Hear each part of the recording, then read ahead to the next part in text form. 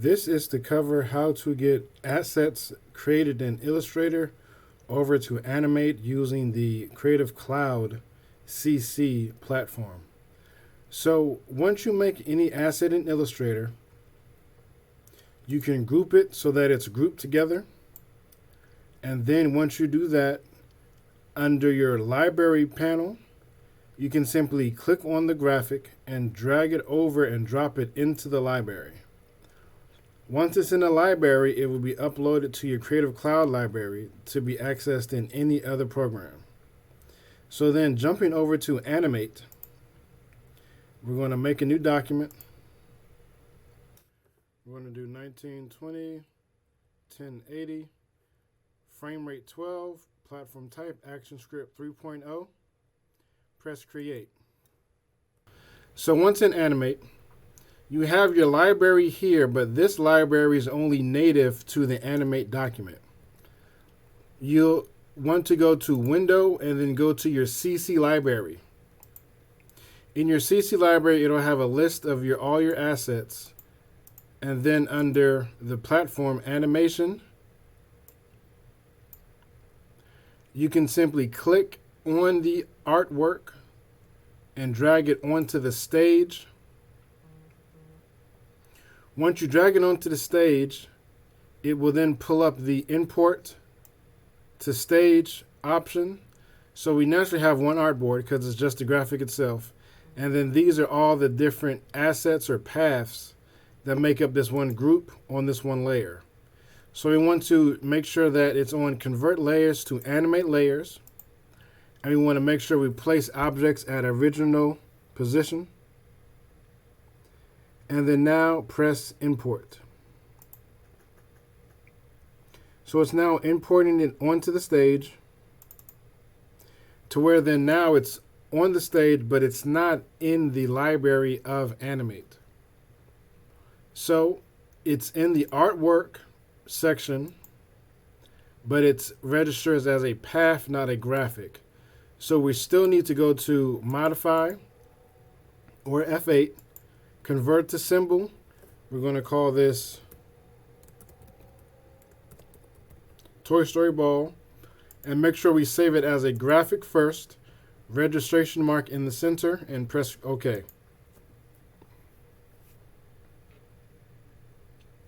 So once you do that, it converts it and adds it into the library. But I'm going to take it one step further because we want to make this into a movie clip so we can add motion to just this particular graphic. So I'm going to go to Modify, Convert to Symbol again. I'm going to call this the same, Toy Story Ball, but then dash motion. Again, under Type, from graphic, make it a movie clip. Keeping the registration mark in the center, press OK.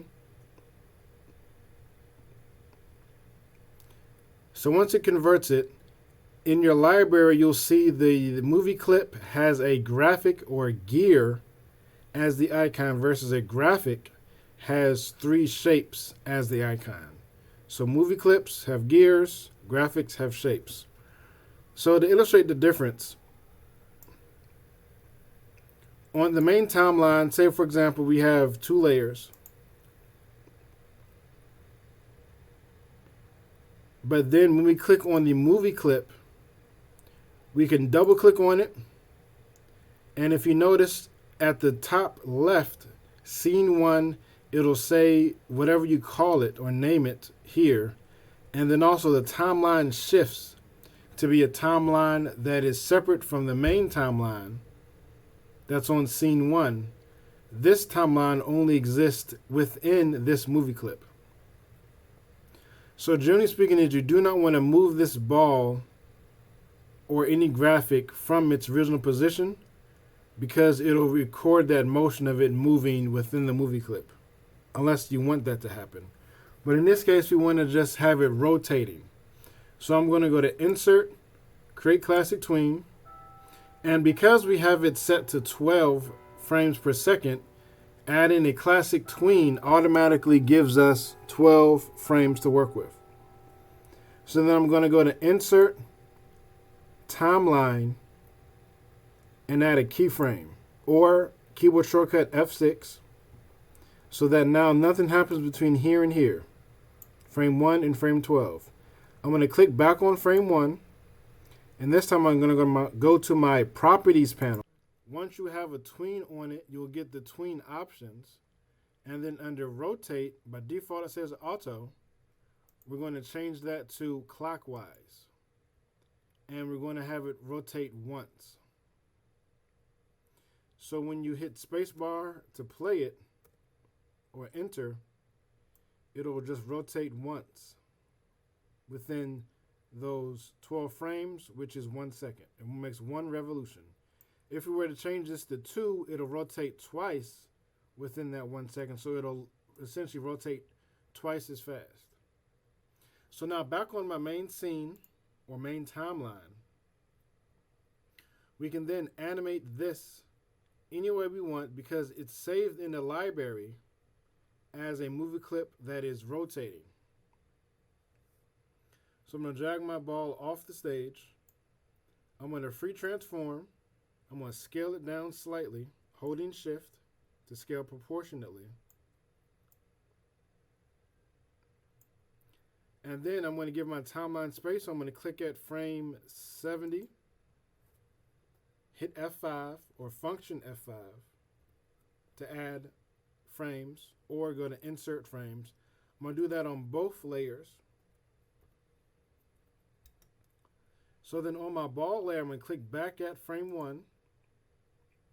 I'm going to insert, create classic tween.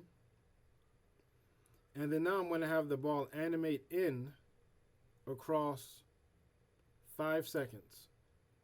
So it's going to go across the screen in 5 seconds. So when I go to play it, control return. The ball is rotating across the screen in 5 seconds. So now we have that motion going. But if you want to be on a custom path, we're going to click on our layer 2, and I'm going to use the pen tool to draw out a custom path or a non-linear path. And then I'm going to convert layer 2 to a guide layer. When you convert it to a guide layer, the little paper icon turns into a T-square. And then when I click on my layer 1, which is, let's label this as the ball layer, it will then click on it and pull it up and to the right so it snaps right underneath the T-square. And once you let it go, it'll snap to the line or the path we just made, and the little T-square icon on the guide layer will then turn into a dotted line with the arc. So since we already did the motion on this layer, all we have to do now is let it play, so it's going to follow the motion of it going at an angle since we already set the endpoint. So I'm going to press Control Return to preview it, and it'll show the ball going in a non-linear path along the line. So now, that's how you do a custom path mixed with a movie clip. So now for another, I'm going to go to Window and I'm going to make a new scene. So click on New, the plus sign with the square. And then this gives us a new scene, but it keeps the same assets. So I'm going to make a new layer. On layer 1, I'm going to drag my movie clip ball.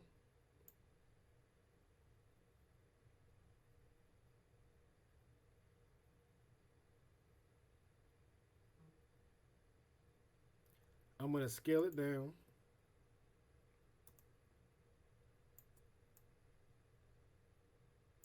And I'm going to give my timeline some space. So I'm going to click at 70 again, function F5. I'm going to insert a classic tween. And this time at 2 seconds is going to come onto the stage. is going to stay static. But since the ball is stopping, we also want it to stop rotating.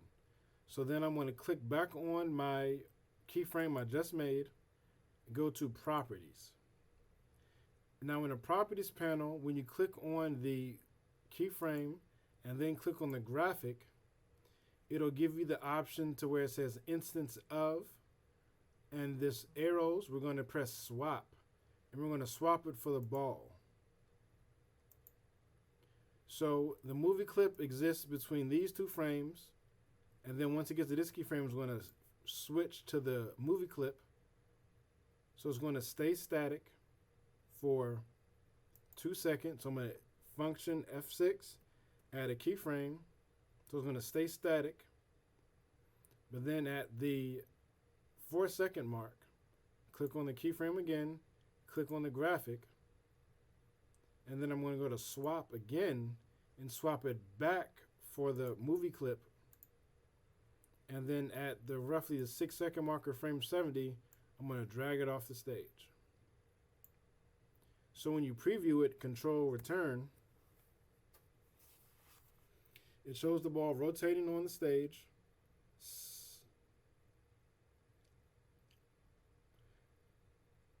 And then stopping, and then going off.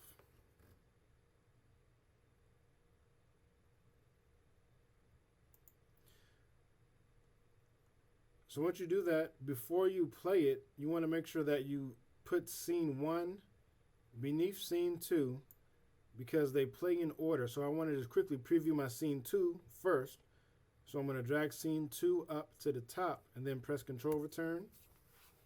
And it'll showcase the second scene where the ball comes on the stage, stops rotating and stops, and then continues on after 2 seconds.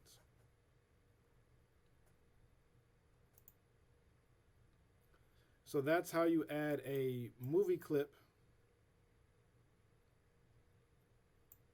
that is being eclipsed by. So that's how you add a swap to a static image from a movie clip to a static image. Next, I'm going to do a clipping mask. So I'm going to call this mask layer. And then, of course, I'm going to give it more space. I'm going to click at 70 as well. Function F5 to add more frames. So now I'm going to drag out a rectangle, making sure there is no stroke. Now the color doesn't matter because it's just a clip. So I'm going to drag it over here, knowing the ball is going to pass through this area. So when I right click on the layer and go to mask, it's going to mask the layer right beneath it.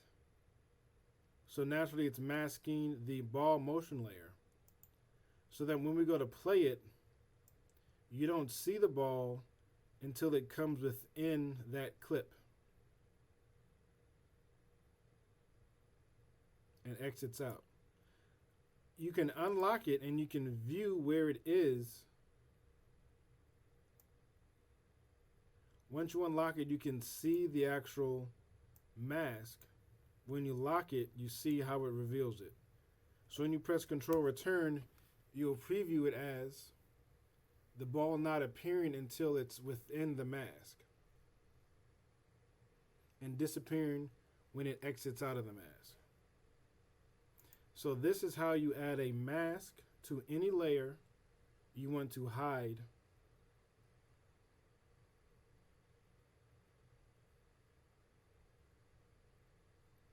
Thank you.